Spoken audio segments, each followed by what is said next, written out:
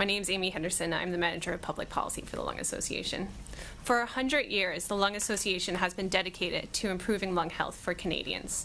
Our mission is to lead nationwide and international lung health initiative, prevent lung disease, help people manage lung disease, and promote lung health.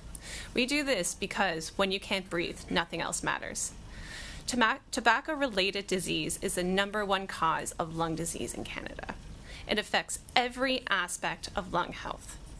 Currently, 17.7% of Canadian population smoke tobacco. The Canadian Lung Association would like to see a tobacco-free future. I'm here to express our support for the committee's efforts to amend the Tobacco Act and the Non-Smokers Health Act, and in particular, your recommendations to ensure plain packaging will be brought forth for tobacco products, and the new legislation and regulatory framework that will address vaping products.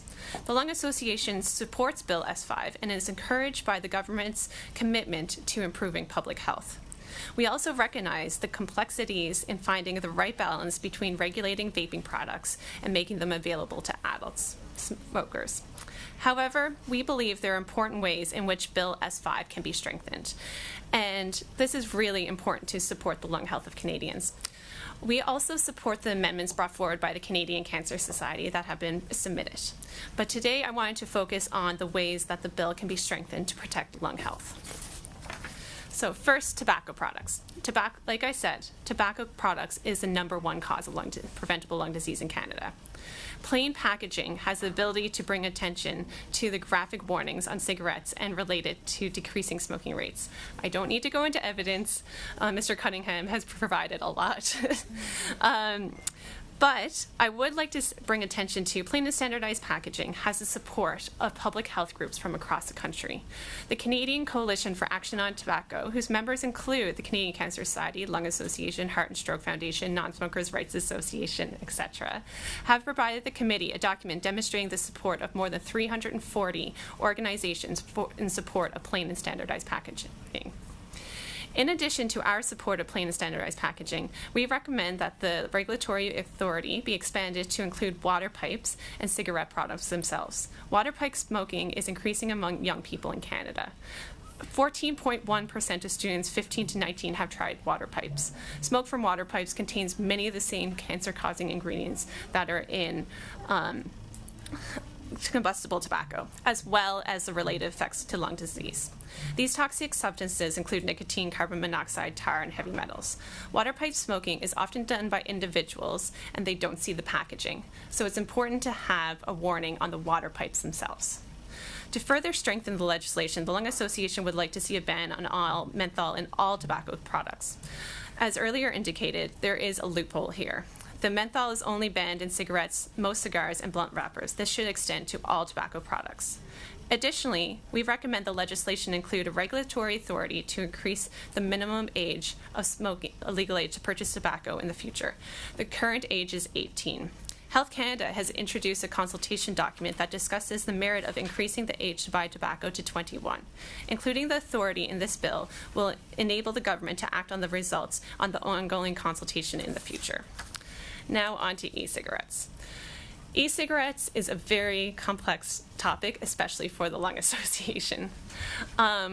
Tobacco smoking is the #1 cause of preventable lung disease in Canada. So we understand that there's advantages of electronic cigarettes or vaping products, mainly getting people off of smoking.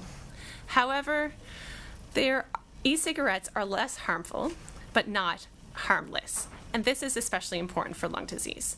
So we recognize that this bill balances between preventing youth from picking up vaporized products and allowing adults who smoke to using them. But we also really want to make sure that young people don't start using vaporized products. People who have already quit smoking don't go to vaporized products. And people who have never smoked go to vaporized products.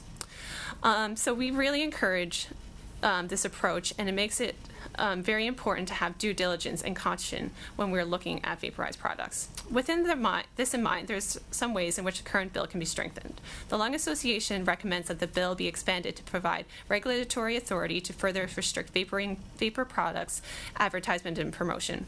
This should include both location and content restrictions. For example, the advertisement restriction should include television, areas where children and youth are present, including hockey arenas. It is important that the advertisement only includes information on the products or brand preferences. In addition, we recommend strengthening the bill so that there's no exceptions for vaporized lifestyle advertisement in bars, publications sent to adults, and in vape stores.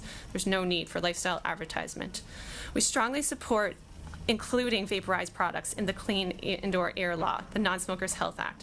But I would be remiss if I did not bring attention to an existing loophole that exists with smoking tobacco or just smoking in federally regulated spaces. This is an amendment that needs to be included so that this loophole no longer exists. We are pleased to see this bill includes the regulatory authority over flavors in electronic cigarettes. As you know, 26% of young people have tried e-cigarettes in Canada, and flavorings are an aspect of this. The other thing I wanted to bring your attention to is e-cigarettes are available in flavors that are appealing to children, but there are associated risks with the flavorants in electronic cigarettes. So we believe that there needs to be a regulatory authority to act as more evidence becomes available on the associated risks of flavors in tobacco products, in vaporized products.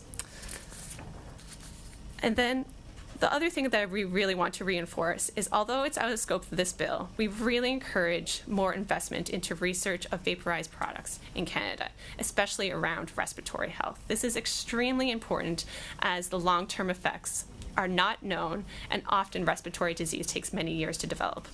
Health Canada has recently set an obtainable goal of getting the rate of tobacco use less than 5 by 2035 with a new federal tobacco strategy. The Lung Association is committed to working with all partners to ensure that this becomes a reality. This bill is an important step in reducing smoking rates in Canada and can greatly help improve the lung health of Canadians. Thank you for your time, and I look forward to your questions.